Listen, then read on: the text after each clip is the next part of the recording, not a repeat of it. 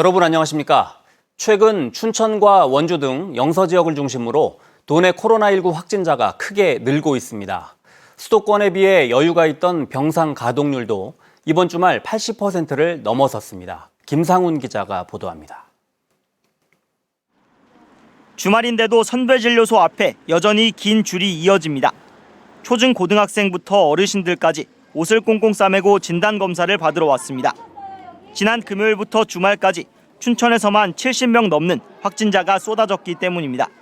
특히 춘천과 원주를 중심으로 확진자가 급증하면서 지난 27일에는 강원도에서 하루 93명이 확진돼 또다시 역대 최대치를 경신했습니다. 화천에서도 백신 추가 접종이 필요한 60대 이상 노인 확진자가 늘어 비상에 걸렸습니다. 병상도 부족합니다.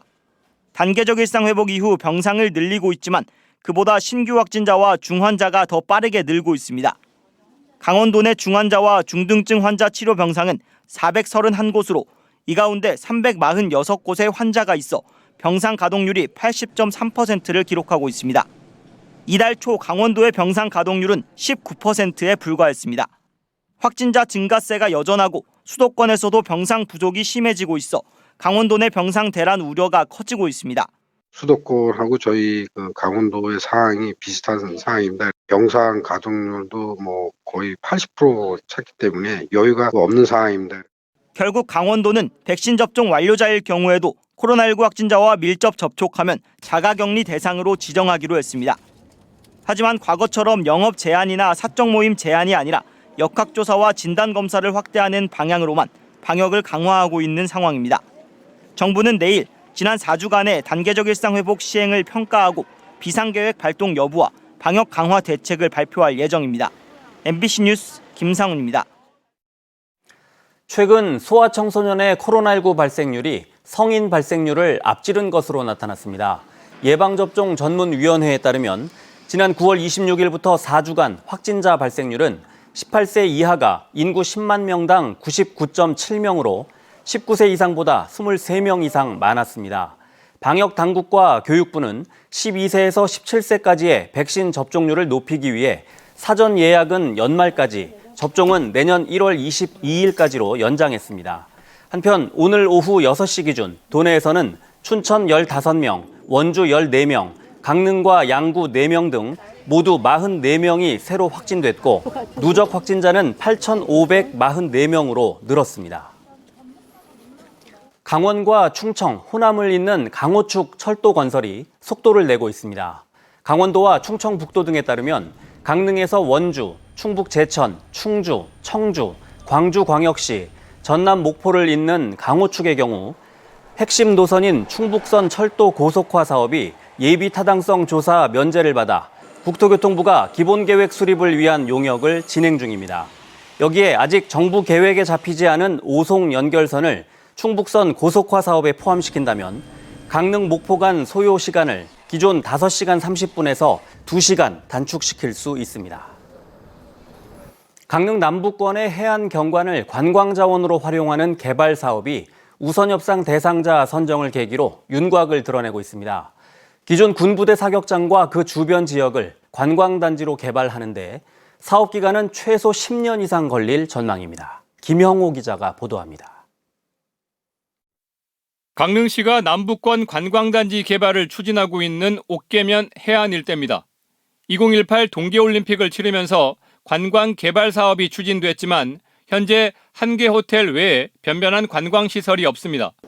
강릉시는 심곡항을 중심으로 약 263만 제곱미터 면적의 관광단지 조성을 추진하고 있습니다.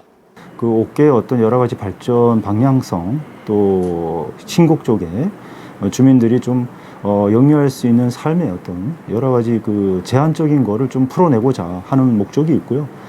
군부대 이전 문제가 해결되고 최근 민간 사업자가 우선 협상 대상자로 선정되면서 사업에 속도를 내고 있습니다. 강릉시가 먼저 군부대 사격장을 이전 신축해주면 기존 56만 제곱미터 면적의 사격장 부지를 넘겨받습니다. 이 과정에서 필요한 재원은 민간 사업자가 부담하고 전체 사업 구역에 대한 개발 사업권을 민간 사업자에게 주는 방식입니다. 강릉시는 골프 리조트와 휴양 숙박 등 관광 시설을 조성하도록 유도할 계획인데 군부대 사격장 부지만 개발하는 것 아니냐는 일각의 주장은 일축했습니다. 협상 이후에 민간 사업자가 추진이 어렵다라고 하면 저희 시가 뭐 자체적으로 개발 사업을 한다거나 안 그러면 또 다른 사업자를 선정한다거나 여러 가지 방안들을 모색할 수 있다. 그래서 단순한 게 아니라 방향성이 많다라고. 전체 사업 부지를 확보하는 사업 계획 협상이 마무리되면 강릉시와 민간 사업자는 다음 달에 합의각서를 체결합니다. 행정 절차 기간만 2년가량 소요되고 군부대 이전은 빨라야 2024년부터 시작됩니다. 예정 사업 부지는 현재 개발 행위 허가 제한 지역으로 지정돼 있는데 부지 확보 노력이 성공의 관건입니다. MBC 뉴스 김영호입니다. 국가표준영정 100호인 조선 6대 왕 단종의 어진이 영월 장릉 단종역사관에 봉안됐습니다. 영월군은 단종 승하일인 음력 10월 24일 오늘 관풍헌에서 장릉까지 단종 어진 추사의궤에 나타난 봉안 행렬을 재현한 뒤 봉안 의식을 거쳐 단종 역사관에 어진 원본을 봉안했습니다. 영인본 2점은 영월 지역 사찰과 전주 어진 박물관에 보관할 계획입니다. 공사 과정에서 1억 원이 넘는 자재 비용을 가로챈 현장 소장과 이를 방조한 공무원이 법정 구속됐습니다. 춘천지방법원은 지난 24일 사기 방조와 허위 공문서 작성 등의 혐의로 기소된 춘천시 공무원 A씨에게 징역 10월을 선고하고 법정 구속했습니다. 현장 소장 B씨도 사기 혐의로 징역 2년을 선고받았습니다.